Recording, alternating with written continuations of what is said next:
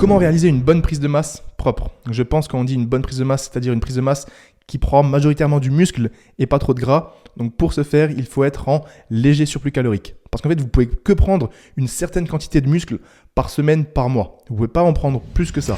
Tout à fait d'accord. Et j'ai donné quelques chiffres pour être plus précis. Selon les travaux de Lyle McDonald, voici ce que tu peux espérer prendre en muscle chaque mois en fonction de ton niveau. Si tu es débutant, tu peux viser jusqu'à 1 kg de muscle en plus chaque mois. Si t'es intermédiaire, environ 1 an de muscu, on est plus à 0,5 kg. À la limite 0,7 si vraiment t'optimises tout. Et enfin, si t'es vraiment avancé, plus de 2 ans de muscu, ça va être très dur de prendre plus de 200 à 300 grammes de muscle par mois. Donc si tu veux prendre du muscle sans prendre de gras, il faut que tu adaptes ton surplus calorique à ça. Et pour te donner un repère, avec 500 calories par jour, tu peux prendre environ 1 kg par mois. Donc pour commencer, inutile de dépasser ce surplus calorique. D'ailleurs, si tu ne connais pas encore tes besoins en calories, tu peux commenter calcul pour que je t'envoie mon calculateur gratuit. Mais ça suffit pas. Pour que ce surplus devienne essentiellement du muscle, il faut respecter 3 règles. Première règle, être suffisamment sec. Si tu as déjà un taux de masse grasse élevé, ton corps va stocker plus facilement du gras, même avec un petit surplus. Cette étude nous montre que plus la masse grasse est élevée, plus l'activité des enzymes qui ont pour rôle de stocker les graisses est élevée. Et à l'inverse, plus tu es sec, plus ton corps est enclin à construire du muscle plutôt que de stocker du gras. En général, évite de commencer une prise de masse au-delà de 15% de body fat. En dessous de ça, c'est l'idéal pour faire une prise de masse vraiment propre. Deuxième règle,